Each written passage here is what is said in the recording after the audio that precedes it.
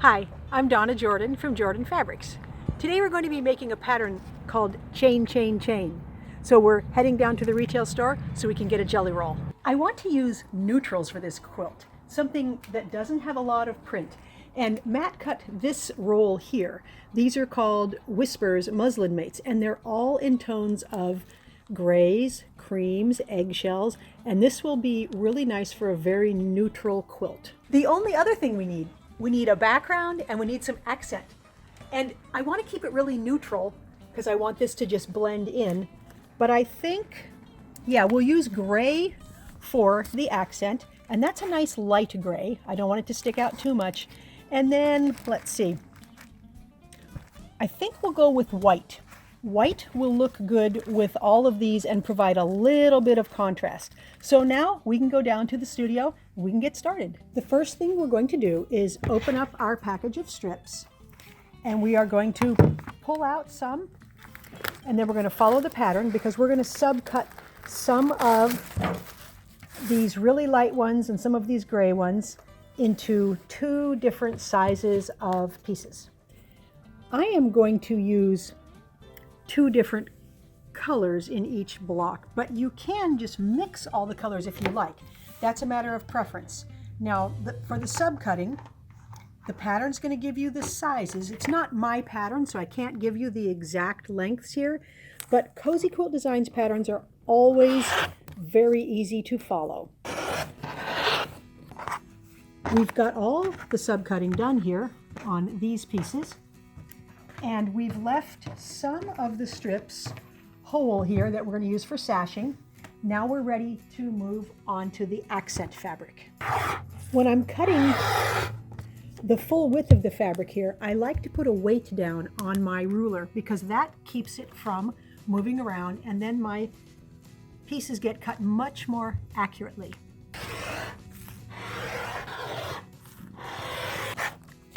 So some of the accent gets cut into squares, and then the rest of these strips, we are just going to cut them right along the fold here, so we have half strips.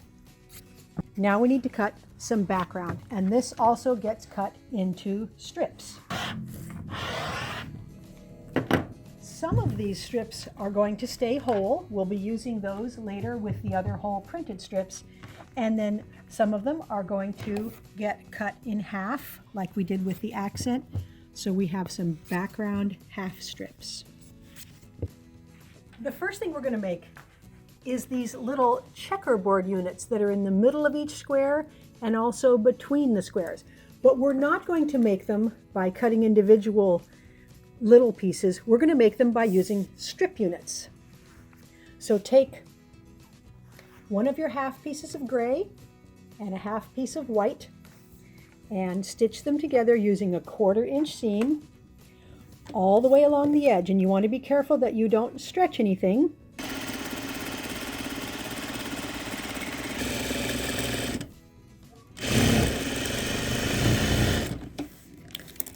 Finger press the seam toward the gray. So I'm going to open it up with my hands here. I'm pulling it here and just drawing my finger down the seam. And this just temporarily presses it so everything stays the direction we want it to go. Now we're going to get another half strip of the gray and stitch it onto this side of the white. Again, press the seam allowance toward the gray. Now we need to make one more strip unit, but it is going to have white on the outside and one gray in the middle. Same procedure. Now I want to iron these nice and flat, so I like to straighten it with my hands and then get a ruler or some sort of straight edge, make sure it's lined up there, and press it with a dry iron first and then with a little steam. These strip units both get subcut to exactly the same size. So you can do them at the same time. You can just stack them up, staggered a little bit so we don't have too much bulk in any one spot. And then go ahead and make your subcuts.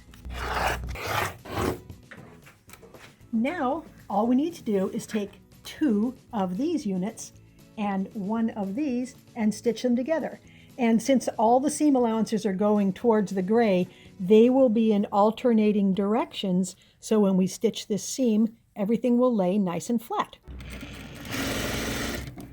There's my last block, and I am going to finger press all of the seams to the outside. Now we can start building our block.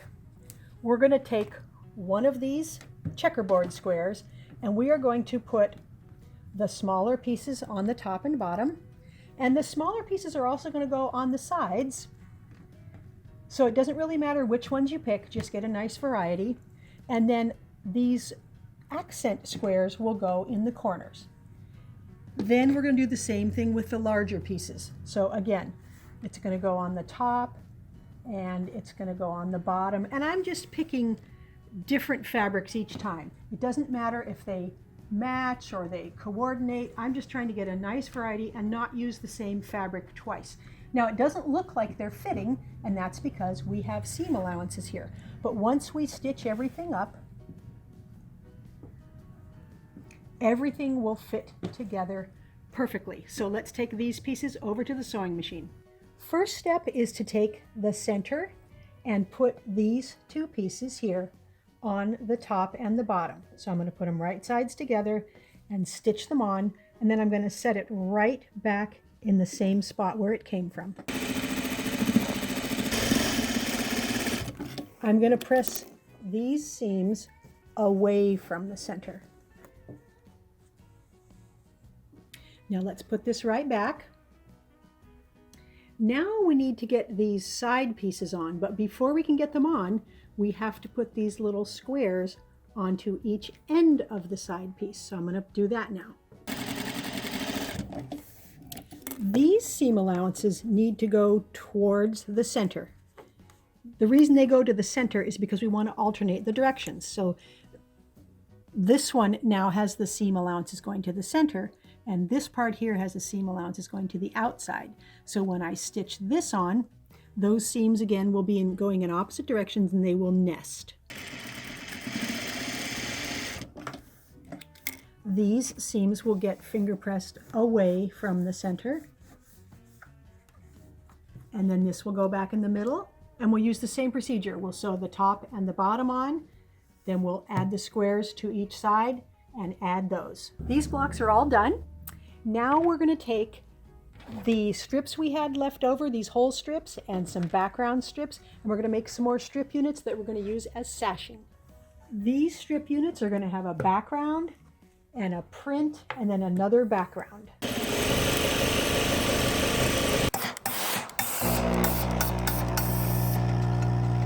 So there's the last strip unit. The seam allowances are pressed toward the center. Now I'm going to again cut these all at the same time. You don't have to do this. You can cut them one at a time. I just like to cut in bulk because it's faster for me. So now we have all of the pieces we need, and we can start laying the quilt out. Let's start with the big patchwork blocks. So there's going to be 3 of these in the bottom row, and I'm going to leave some space between them because we are going to put these sashing units, that's these patchwork units here, these are going to go between. So it's going to make a triple sashing. So we'll put one of those between each patchwork. Now the next row is more of these sashing units, but between these units, we are going to put our little checkerboard squares. So that's these guys here. So now we are starting to see our chains go from the corners and continue. And then when we get the next block here, that chain is going to go all the way up the quilt. So I'm going to keep laying things out, and I will probably trade some of the blocks and some of the sashings around so that the colors are balanced, but it's not going to be very difficult with these colors because they're all so neutral. And then we'll see what it looks like. This was such a fun quilt to lay out. The blocks are very simple, but now you can really see the chains going throughout the quilt. And if we move over here a little bit, you can see color changes in my paths of patchwork. So I've got kind of a creamy eggshell one there, a grayer one here, more cream over there. And that's because when I made each individual block, I put the grayer fabrics on one half and the creamer fabrics on the other half. You don't have to do that. You can just mix them all up. But I thought that might give me a little extra bounce in my step when I was putting the patchwork together, and it did. Before I finish all of the patchwork top, I'm going to pick out some borders, and I find that even just one block is pretty useful when I'm picking fabrics for borders. Now I think I'm going to want one light border first. That one will be good. I think I will like that better than repeating the background. And then I'm going to want a gray border. So this one would look nice, and that's going to be a nice big border, and I think those flowers will be very nice for that. The borders are on. The quilt is all loaded up on the machine here. I really only have two thread choices. I can either go with an off-white or a gray, and I think the off-white will blend in better everywhere, so I'm going to go with that one. For the quilting pattern, I'm going to use something called Cypress. It just looks like a lot of swirls. It almost looks like feathers. So here's what it looks like when you repeat it a little more. It's a nice overall soft pattern.